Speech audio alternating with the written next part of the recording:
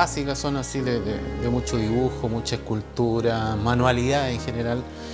Y una fantaseaba mucho sí, con pintar, con hacer cómics, etc. Y eso se fue agrandando cada vez más, después quería hacer cine, qué sé yo. Todo vinculado con la imagen, la fotografía. De muy niño, no sé, yo mismo fabricaba proyectores, o sea, todo lo que era imagen me entusiasmaba muchísimo. Y yo postulé a la universidad para estudiar arte. Y si no lo hacía, iba a tener que ser un técnico eléctrico. Esas eran como las alternativas que había. Y más encima, en la época que yo estudié, no habían posibilidades ni de instituto, ni de...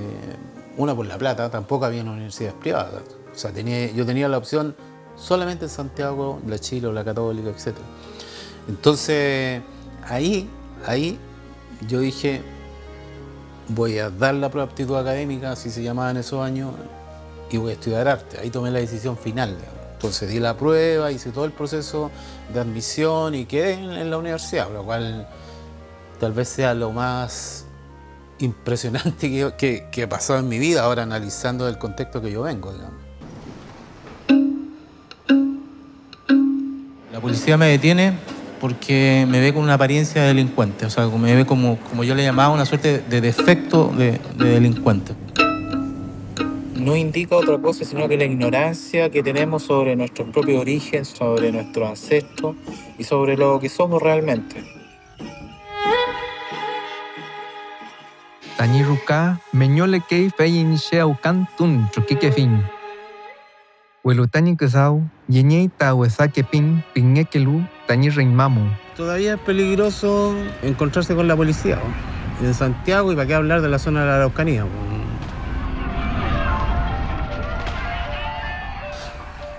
Sí, hay algo muy potente que pasa mientras yo estaba estudiando en la universidad, que me enfoco por el tema de la identidad.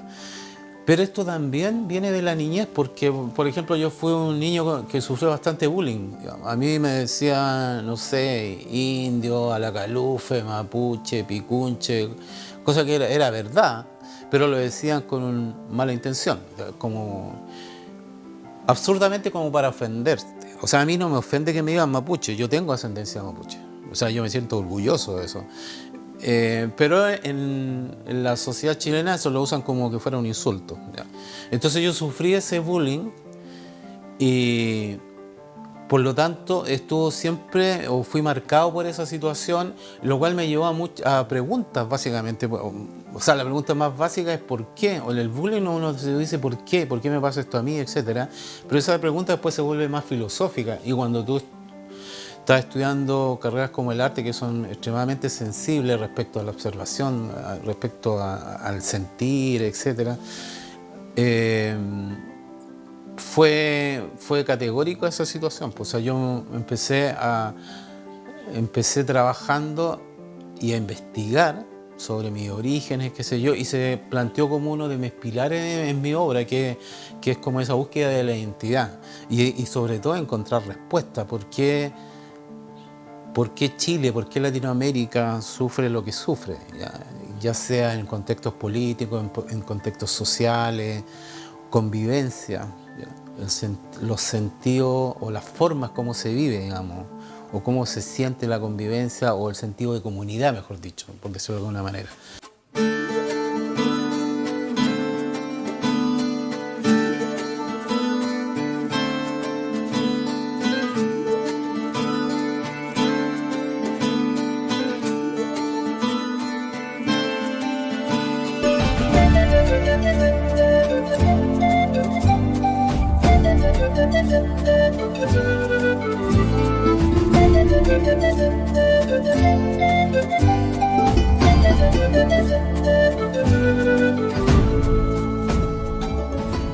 Un día veo en el diario un recorte que decía que los maoríes estaban llevando una canoa antigua, muy antigua, sagrada, que se estaban llevando a una isla del archipiélago de Nueva Zelanda, estaban llevando unos pájaros en unas jaulas.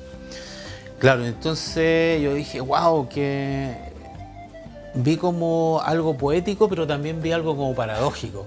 Le fui dando vuelta al asunto Y hice maqueté inmediatamente un boceto que eran una canoa con unos pájaros que estaban así puestos, porque supuestamente estaban en jaula, qué sé yo. Pero después le di una vuelta a eso y esa obra la armé este año, digamos, recién este año.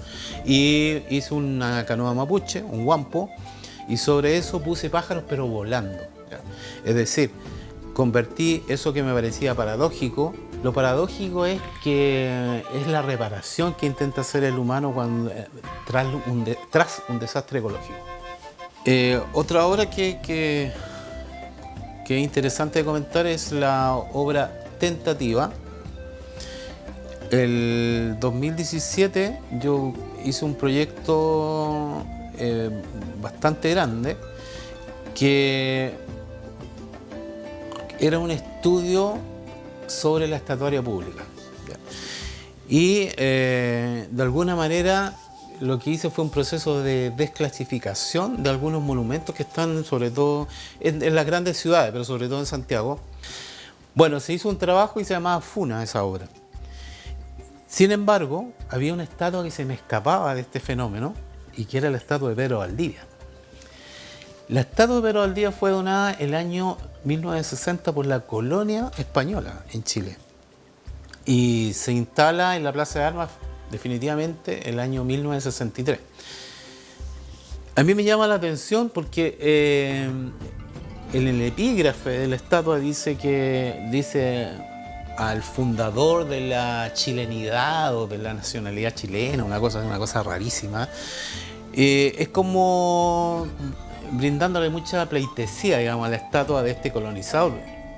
O sea, en palabras simples, Pedro Valdivia fue un pirata que vino a robarse todo lo que pudo, acá lo que hacían todos los colonizadores en Latinoamérica, digamos, o lo que hizo toda Europa en todo el planeta, digamos, que fue ir a robar oro, robar diamantes, ya sea en África, Asia y América, por supuesto.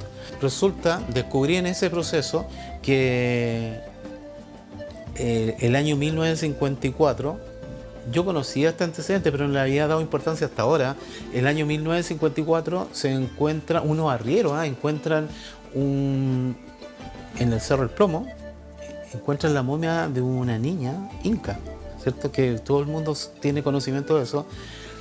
Y después llega finalmente al Museo Histórico Nacional y ahí está. Y resulta que dentro de las cosas que tenía esta momia, de esta niña, hay un guanaquito de oro chiquitito, ¿sí? Muy así pequeñito, y otras cosas más. O sea, y se presume con bastante prueba, digamos, que era de la nobleza inca.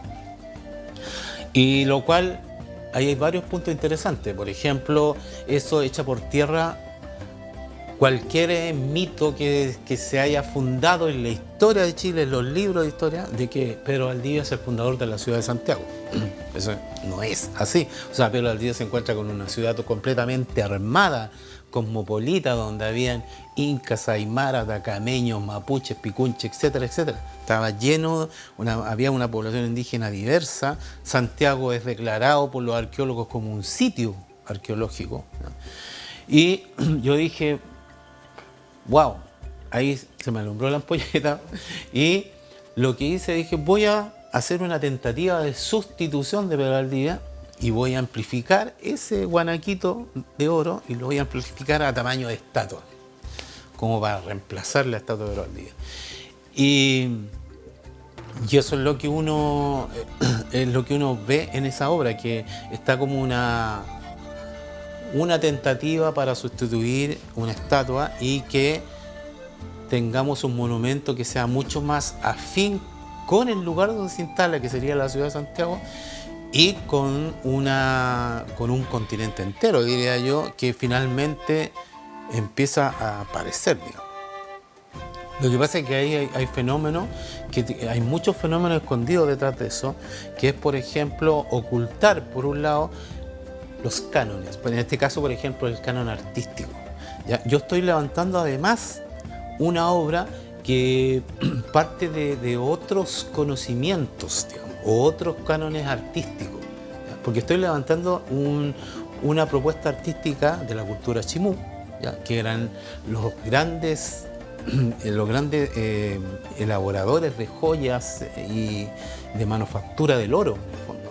Entonces estoy usando esa estrategia estética, lo cual no es menor, porque es como estoy reemplazando también, digamos, el mecanismo escultórico, ¿cierto?, de la estatua europea también.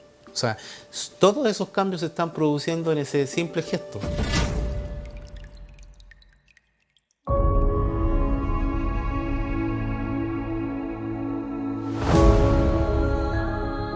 Yo siento que el arte es revolucionario porque yo lo he notado a nivel muy personal, que si tú lees un buen libro o vas al cine y sales del cine, terminas de leer el libro y ya no eres la misma persona. Yo te lo digo porque eso pasa. Y no lo digo por... Hay cuestiones que son bastante obvias. Si tú lees algo que te enseña, obviamente que vas a aprender algo nuevo. Pero también hay otros mecanismos que se activan, que es como una especie de evolución, una evolución íntima, ¿ya? Y que normalmente va acompañado como de una cuestión media filosófica. O sea, yo creo que también evoluciona tu forma de pensar también. Entonces son todos estos fenómenos que se articulan con el arte, que evidentemente son un fenómeno revolucionario, ¿ya? Entonces, me parece que el arte es fundamental. Es fundamental en el desarrollo de cualquier comunidad, de cualquier país, etc. Yo creo que eso está mejor.